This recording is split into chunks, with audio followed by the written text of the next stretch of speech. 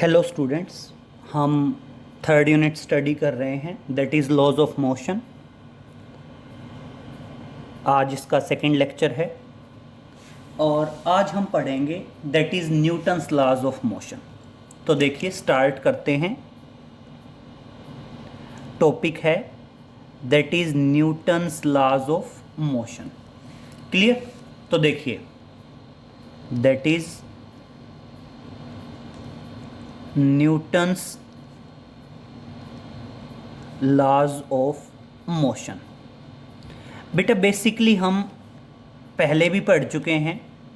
Newton ने 3 laws दिए थे that is Newton's first law of motion, Newton second law of motion and Newton's third law of motion. तो देखिए Newton laws of motion में सबसे first आता है that is Newton's first law of motion, that is Newton's first law of motion. अब देखिए बेटा Newton's first law of motion में क्या बताया गया है। बेटा Newton's first law of motion में बताया गया है अगर कोई बॉडी रेस्ट में है तो वो रेस्ट में रहेगी और अगर कोई बॉडी मोशन में है तो वो कॉन्टिन्यूसली मूविंग रहेगी। कब तक? जब तक कोई एक्सटर्नल फोर्स उस पर एक्ट नहीं करता है। क्लियर? तो देखिए पॉइंट शुरू करते हैं। न्यूटन फर्स्ट लॉ कहता है if a body continuous, if a body is in rest और in motion then it will be continue in rest or in continue moving until any external force is applied on the body। तो देखो Newton first law of motion कहता है if a body is in state of rest, if a body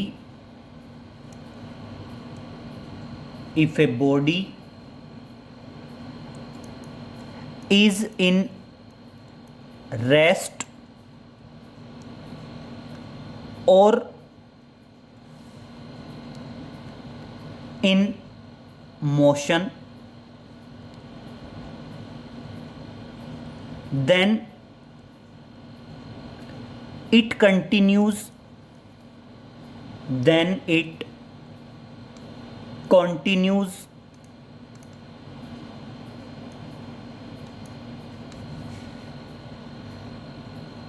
in the state of rest, continues in the state of rest or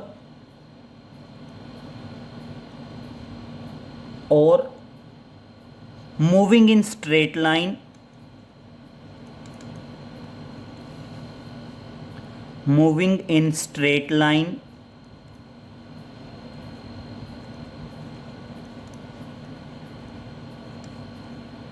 with constant velocity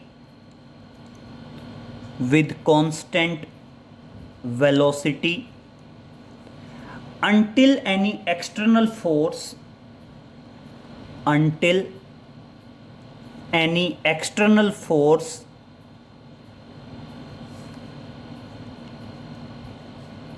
is applied on the body,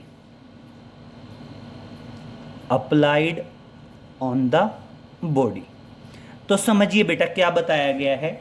मान लीजिए कोई body rest में है या motion में है तो वो कंटिन्यूअसली या तो स्टेट ऑफ रेस्ट में रहेगी या मूविंग रहेगी in straight line with constant velocity. कब तक? Until any external force is applied on the body. Clear बेटा? जब तक बॉडी के ऊपर कोई एक्सटर्नल फोर्स अप्लाई नहीं होगा तब तक। क्लियर? तो ये तो है बेटा आपकी स्टेटमेंट किसकी? न्यूटन फर्स्ट लॉ की। अब बात करते हैं बेटा न्यूटन सेकंड लॉ की स्टेटमेंट। तो देखिए नेक्स्ट है that is Newton's second law of motion. अब ये समझिए बेटा Newton second law of motion क्या कहता है। बेटा Newton second law of motion कहता है the rate of change of linear momentum of the body. देखिए आप अपने पैटर्न में लिख सकते हैं that is rate of change of linear momentum, rate of change of linear momentum of a body is directly proportional to external force, directly proportional to external force applied on the body, directly proportional to external force applied on the body. Clear? किसी भी body का जो linear momentum होगा वो directly proportional होगा, किसके directly proportional होगा? The force applied on the body. तो आप सिंपल वे में कह सकते हैं जो फोर्स है वो फोर्स डायरेक्टली प्रोपोर्शनल रहेगा किसके? Rate of change of linear momentum के। क्लियर? और बेटा यहाँ पे आपका जो प्रोपोर्शनैलिटी कांस्टेंट आएगा वो प्रोपोर्शनैलिटी कांस्टेंट आ जाएगा 1 के equal. Force is equal to rate of change of linear momentum. Clear? जो फोर्स होगा वो फोर्स जो है इक्वल हो जाएगा rate of change of linear momentum के। क्लियर? अब बात करते हैं बेटा Newton's third law of motion. अब समझिए बेटा Newton's third law of motion क्या कहेगा। Next is Newton's third law of motion.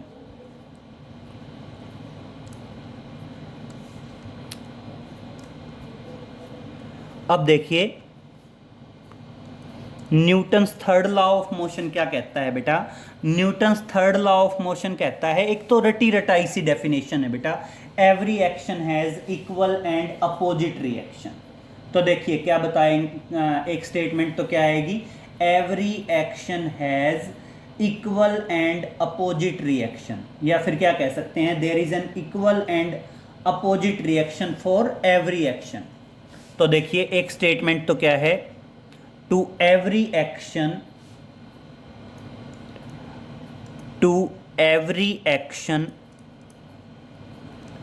there will be या there is an equal and opposite reaction, there is an equal and opposite reaction, opposite reaction. अब इसका मतलब समझिए बेटा क्या है।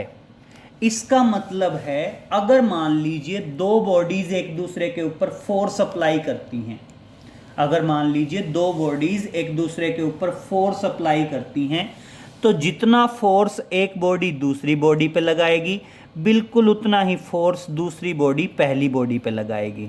मान लीजिए ये फर्स्ट बॉडी है आपकी और ये है आपकी सेकंड बॉडी। मान लीजिए पहली बॉडी फोर्स लगा रही है F1। क्लियर? पहली बॉडी ने फोर्स लगाया दूसरी बॉडी पे और दूसरी बॉडी ने फोर्स लगाया पहली बॉडी पे। क्लियर? अब मान लीजिए पहली बॉडी ने फोर्स लगाया F1 वेक्टर और दूसरी बॉडी ने फोर्स लगाया F2 वेक्टर। और अब क्या होगा, अब सिंपल है, आपका जो F1 वेक्टर रहेगा वो किसके इक्वल होगा, -F2 वेक्टर के इक्वल रहेगा।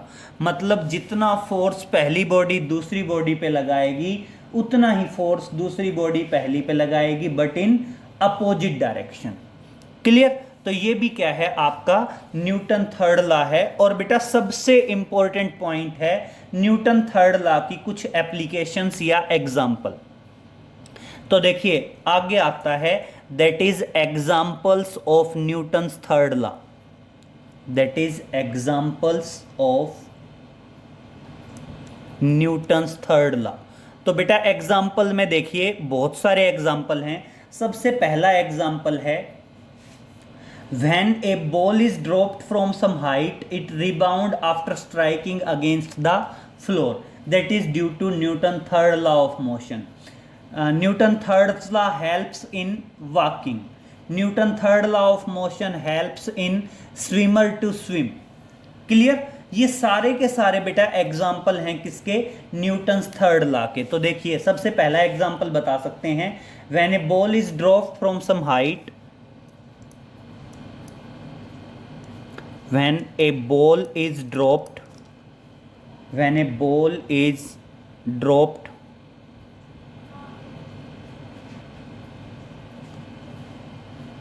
when a ball is dropped from some height,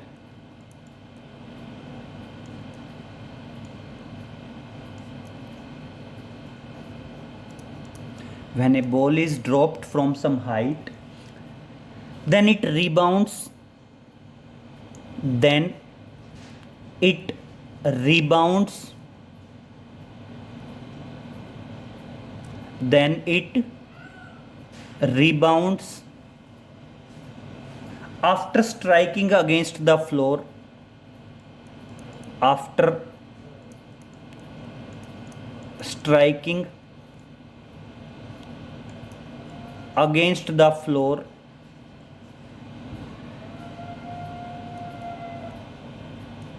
against the floor due to Newton third law of motion, due to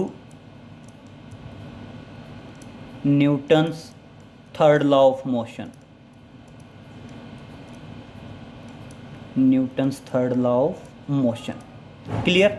next example बता सकते हैं, ए स्विमर इज स्विम्स, या आप कह सकते हैं Newton's third law of motion helps, Newton's third law of motion, Newton's third law of motion helps Newton's third law of motion helps in walking,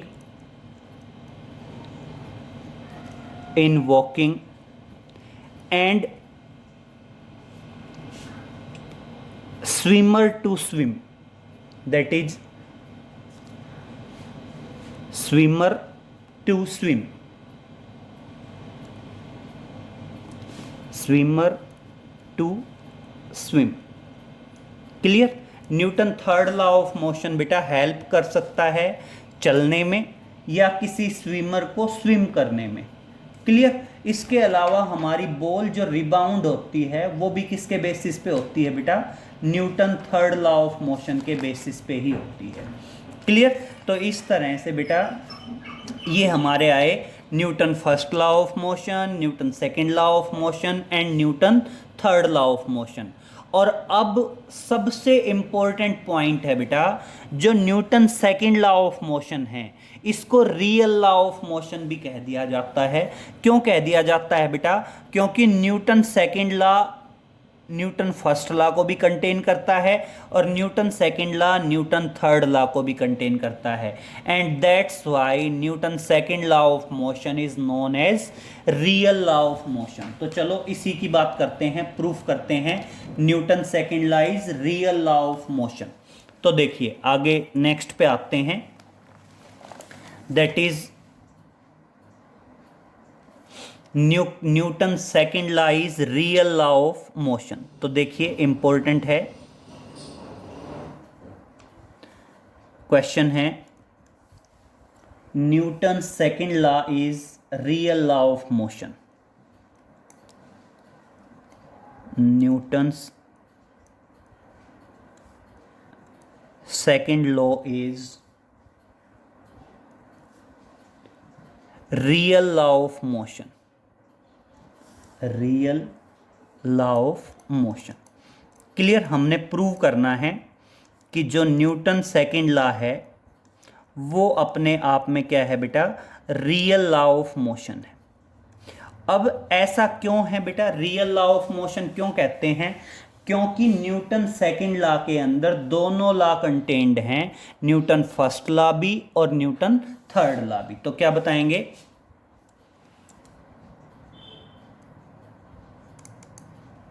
Newton second law, Newton's second law is real law of motion, real law of motion, because it contains, because it contains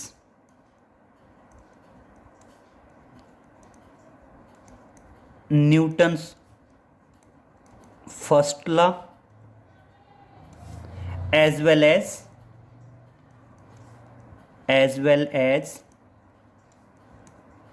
Newton's third law। Clear. आपका बेटा जो Newton second law है वो दोनों को contain करता है, Newton first law को भी कंटेन करता है और न्यूटन थर्ड लॉ को भी कंटेन करता है। और इसीलिए बेटा Newton second law of motion को क्या कह दिया जाता है, रियल लॉ ऑफ मोशन कह दिया जाता है।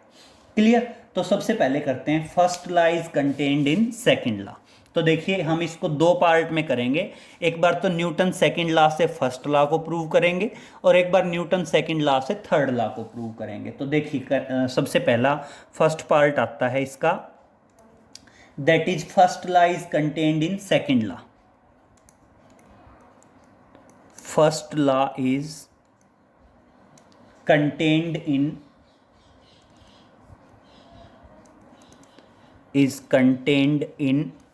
second law, in second law।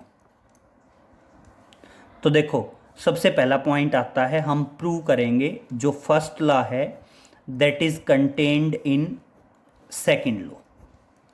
तो देखिए बेटा इसमें सबसे पहले हम क्या कहते हैं, according to Newton second law. तो देखो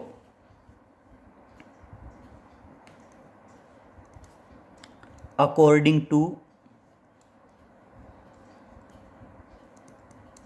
न्यूटन्स सेकंड लॉ। अब देखिए बेटा न्यूटन सेकंड लॉ क्या कहता है, न्यूटन सेकंड लॉ कहता है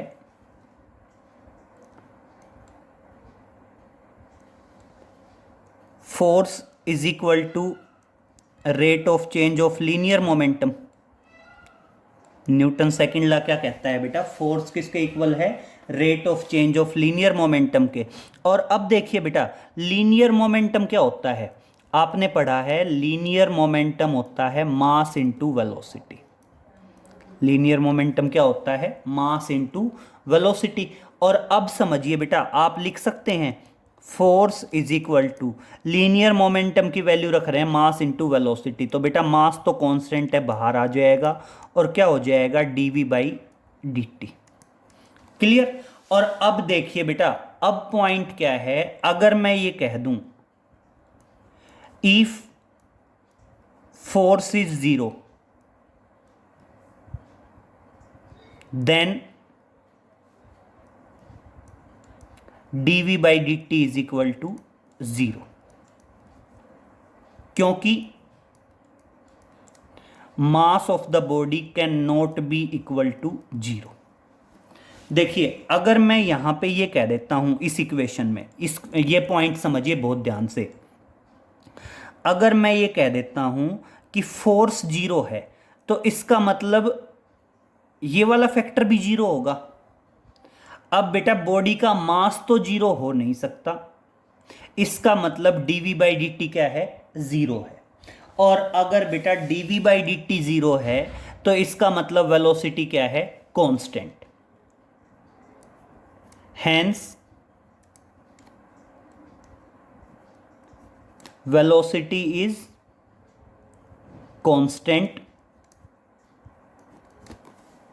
hence velocity is constant if force is 0। आपकी वेलोसिटी कांस्टेंट है अगर फोर्स क्या है, 0 है, and which is first law, और जो कि अपने आप में क्या है बेटा, फर्स्ट लॉ की स्टेटमेंट है। फर्स्ट लॉ की स्टेटमेंट यही है कि अगर फोर्स 0 होता है तो वेलोसिटी अपने आप में क्या रहेगी, कांस्टेंट रहेगी। क्लियर? ये पॉइंट काफी इंपॉर्टेंट है, ढंग से देख लीजिए बेटा। देखो इस पॉइंट को हम कैसे समझ सकते हैं, इस पॉइंट को हम समझ सकते हैं, हम ये कहते हैं कि differentiation of a constant is zero, differentiation of a constant quantity is zero.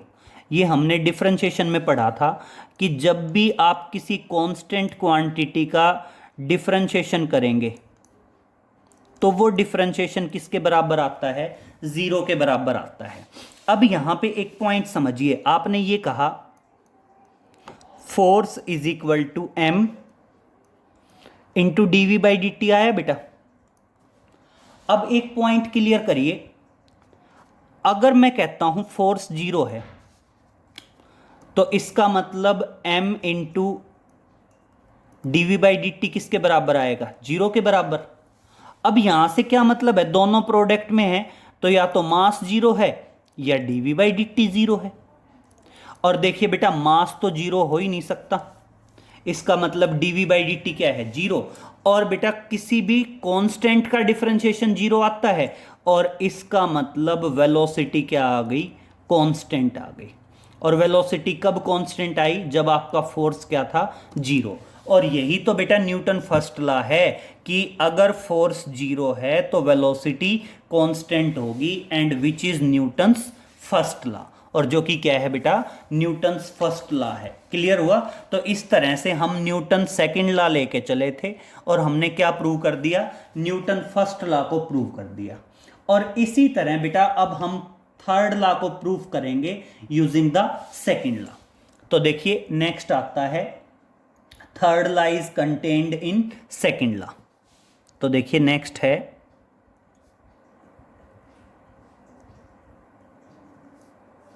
Third law is contained in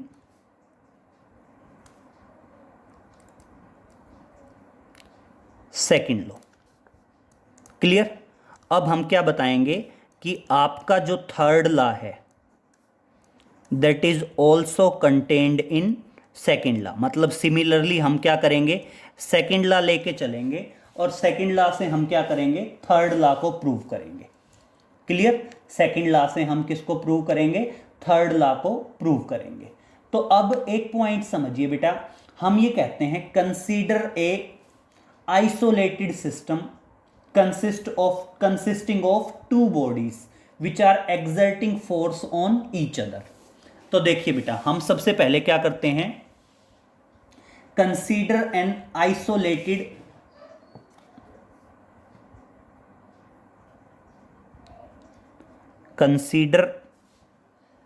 isolated system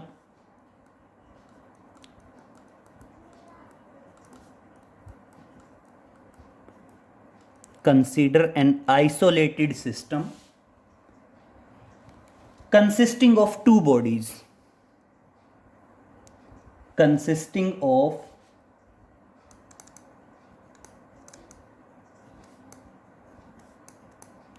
two bodies।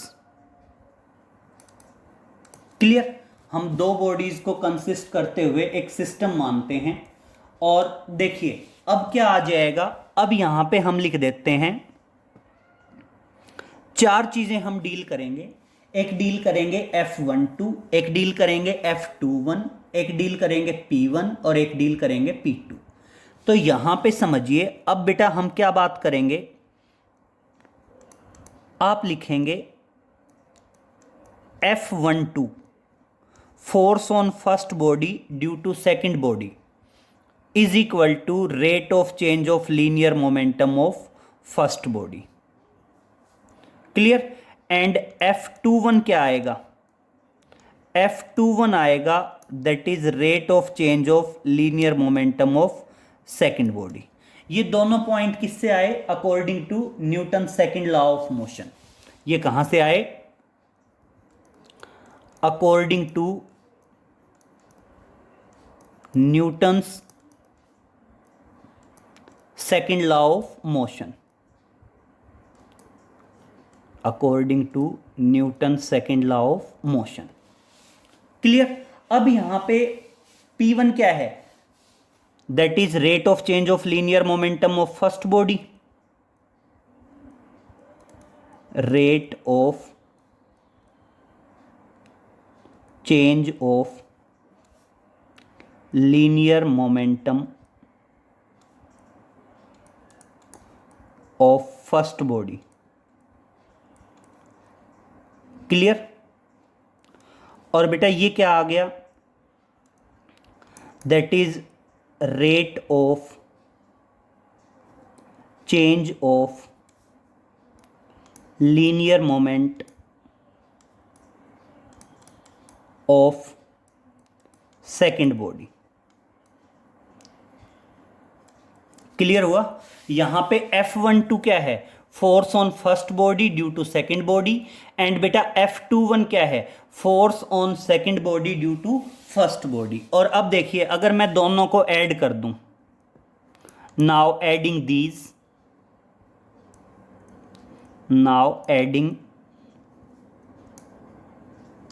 These equations, अगर मान लीजिए मैं क्या करता हूं, इन इक्वेशंस को ऐड करता हूं, नाउ एडिंग दीज इक्वेशंस, अगर मैं इन दोनों इक्वेशंस को ऐड कर देता हूं तो ऑटोमेटिक क्या आ जाता है बेटा? F12 plus F21 is equal to rate of change of linear momentum of first body plus rate of change of linear momentum of second body. Clear? यहां तक आया समझ में? और अब बेटा देखिए, नाउ सिस्टम इज आइसोलेटेड। और बेटा सिस्टम क्या है? आइसोलेटेड है। सिस्टम आइसोलेटेड है तो total rate of change of linear momentum क्या रहेगा? 0 रहेगा पूरे सिस्टम का। तो देखिए अब आप क्या बताएंगे?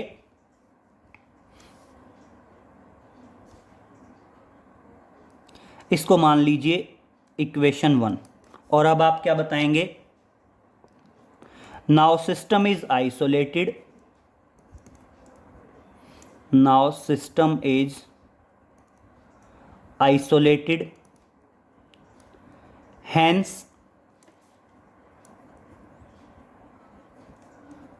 change in linear momentum of the system is 0. Change in linear momentum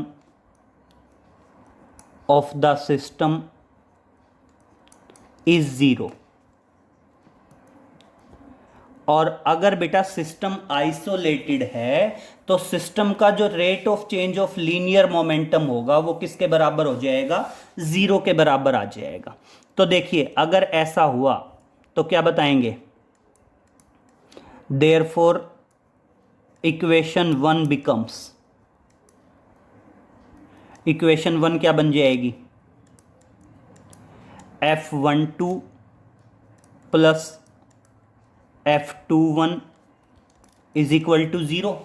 और इस तरह से F12 किसके बराबर आ जाएगा बेटा? F21 के बराबर आ जाएगा। इसको दूसरी तरफ ले जाएं और क्या आ जाएगा? That is F12 is equal to minus F21। और ये क्या है बेटा? Which is Newton's third law. And क्या बताएंगे? Which is Newton's third law. ये क्या है? न्यूटन का थर्ड लॉ है। और इसीलिए क्या कह दिया गया बेटा? इसीलिए बता दिया गया Newton second law is real law of motion. आपका जो न्यूटन सेकंड लॉ है वो अपने आप में क्या आ गया बेटा? रियल लॉ ऑफ मोशन आ गया। यस, एक बार समझ लीजिए, रिपीट कर देता हूं। देखिए न्यूटन थर्ड लॉ की बात करते हैं। न्यूटन थर्ड लॉ में क्या है? हम मान लीजिए एक आइसोलेटेड सिस्टम मानते हैं और उस आइसोलेटेड सिस्टम के अंदर 2 बॉडीज हैं, फर्स्ट बॉडी और सेकंड बॉडी। क्लियर? ये दोनों बॉडीज जो हैं इसमें एक फोर्स तो है बेटा F21 और एक फोर्स है F12। क्लियर? 2 फोर्स की बात कर रहे हैं। एक फोर्स है F12 और एक फोर्स है F21। बेटा F12 फोर्स क्या है? बेटा F12 फोर्स है, that is force on first body due to second body. और सेम इसी तरह F21 क्या है, force on second body due to first body. तो एक पॉइंट क्लियर करिए बेटा, कभी भी फर्स्ट बॉडी पे जो फोर्स लगेगा उसकी वजह से पहली बॉडी का लीनियर मोमेंटम चेंज होगा, और कभी भी दूसरी बॉडी पे जो फोर्स लगेगा उसकी वजह से क्या होगा बेटा, दूसरी बॉडी का लीनियर मोमेंटम चेंज होगा। क्लियर? मेन पॉइंट ये है, आपको पता होना चाहिए F12 क्या है और F21 क्या है। क्लियर? चाहो तो यहां पे लिख देंगे F12 and F21, force on first body due to second body. F21 क्या लिख देंगे, force on second body due to first body. और अब अगर मैं इन दोनों को ऐड करूं तो लेफ्ट साइड में ऐड हो जाएगी, एंड राइट साइड क्या हो जाएगी बेटा, राइट साइड में ऐड हो जाएगी। और अब बेटा सबसे इंपॉर्टेंट पॉइंट यही है कि हमने स्टार्टिंग में ही कहा था कि आपका जो सिस्टम है वो सिस्टम क्या है बेटा, आइसोलेटेड है। सिस्टम क्या है, आइसोलेटेड है। सिस्टम आइसोलेटेड का मतलब क्या है बेटा, आइसोलेटेड सिस्टम का मतलब होता है सराउंडिंग से कोई एक्सटर्नल फोर्स उस पर अप्लाई नहीं हो रहा। और अगर सिस्टम आइसोलेटेड है तो total change in linear momentum क्या होगा, जीरो। और total change in linear momentum zero हुआ तो F12 और प्लस F21 दोनों किसके बराबर होंगे, जीरो के। और इस तरह से F12 is equal to minus F21, मतलब जितना फोर्स पहली बॉडी दूसरी बॉडी पे लगाएगी उतना ही इक्वल और अपोजिट फोर्स दूसरी बॉडी किस पे लगाएगी, पहली पे लगाएगी। क्लियर? और यही तो है कि every action has equal and opposite reaction, मतलब एक बॉडी ने दूसरी बॉडी पे जितना फोर्स लगाया है उतना ही फोर्स दूसरी बॉडी ने किस पे लगाया है, पहली बॉडी पे लगाया है। क्लियर? तो अब एक पॉइंट समझिए बेटा, ये क्वेश्चन 1 नंबर में भी आ सकता है और 3 नंबर में भी आ सकता है। अगर मान लीजिए 1 नंबर में वो कहे कि why the Newton second law is real law of motion या which law is real law of motion, तो आप क्या बताओगे, Newton second law is real law of motion. और ऐसा क्यों, बिकॉज न्यूटन सेकंड लॉ के अंदर फर्स्ट लॉ भी कंटेन्ड है और न्यूटन सेकंड लॉ के अंदर थर्ड लॉ भी कंटेन्ड है। क्लियर? तो 1 नंबर में तो है, तो बात इतनी सी है कि Newton second law is real law of motion because first and third both law are include in second law. Clear? और अगर मान लीजिए यही क्वेश्चन वो 3 नंबर में पुटअप कर देता है कि आप प्रूव करें कि Newton second law is real law of motion, तो बेटा उस टाइम पे आपने न्यूटन सेकंड लॉ का यूज करके फर्स्ट लॉ भी ड्राइव करना होगा और न्यूटन सेकंड लॉ का यूज करके थर्ड लॉ भी ड्राइव करना होगा। क्लियर? तो देखिए फर्स्ट लॉ तो सिंपल है, कभी भी स्टार्टिंग हम करेंगे सेकंड लॉ से ही। तो यहां पे तो क्या आया, न्यूटन सेकंड लॉ कहता है force is directly proportional to rate of change of linear momentum, proportionality constant 1 आता है। बेटा मैंने लीनियर मोमेंटम की वैल्यू रखी मास इनटू वेलोसिटी, बेटा मास कांस्टेंट है बाहर आ गया और क्या आ गया, dv/dt। और अब यहां पे एक पॉइंट समझिए, अगर फोर्स जीरो है तो जो राइट साइड में पोर्शन है वो भी जीरो होगा। अब m तो जीरो हो नहीं सकता क्योंकि किसी भी बॉडी का मास जीरो नहीं होता, तो फिर इसका मतलब क्या जीरो हुआ, rate of change of velocity zero हुआ। और मैं पहले भी बता चुका हूं अगर किसी चीज का डिफरेंशिएशन जीरो है तो इसका मतलब वो चीज कांस्टेंट है।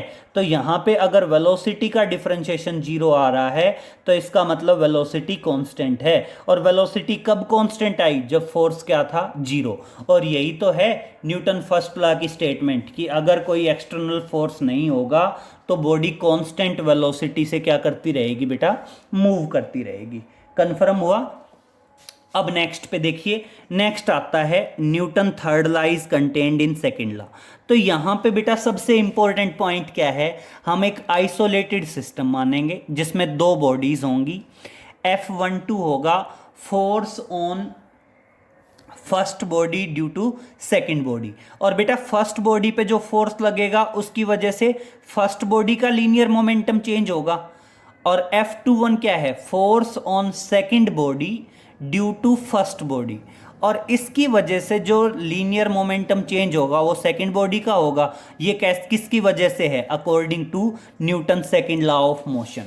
ये जो पॉइंट ऊपर मैंने दोनों इक्वेशंस लिखी हैं, ये किसकी वजह से लिखी हैं? Newton second law of motion की वजह से लिखी हैं। हम स्टार्टिंग हमेशा न्यूटन सेकंड लॉ से करेंगे।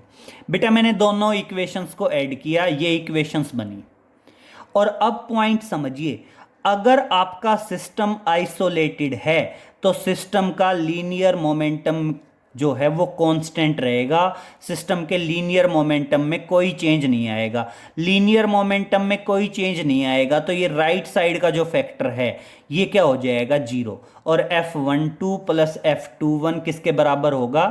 0 के बराबर होगा। और अगर ऐसा हुआ तो ये दूसरी तरफ जाएगा, negative F12 is equal to minus of F21। और इसका मतलब क्या आया? जितना फोर्स पहली बॉडी ने दूसरी बॉडी पे लगाया उतना ही फोर्स दूसरी बॉडी ने किस पे लगाया बेटा? पहली बॉडी पे। That is every action has equal and opposite reaction. और ये क्या है? Which is Newton third law. तो देखिए हमने न्यूटन सेकंड लॉ से फर्स्ट लॉ को भी प्रूव कर दिया और न्यूटन सेकंड लॉ से थर्ड लॉ को भी प्रूव कर दिया। और इसी वजह से हमने न्यूटन सेकंड लॉ को क्या कह दिया बेटा? रियल लॉ ऑफ मोशन कह दिया। क्लियर? नोट कर लीजिए। तो आज वाला जो लेक्चर था इसमें हमने न्यूटन लॉज पढ़े, first law, second law, third law के कुछ एग्जाम्पल पढ़े, और इसके अलावा हमने ये प्रूफ किया कि न्यूटन सेकंड लॉ जो है वो रियल लॉ ऑफ मोशन है। क्लियर? बाकी बेटा आगे नेक्स्ट लेक्चर में पढ़ेंगे। Okay, thank you.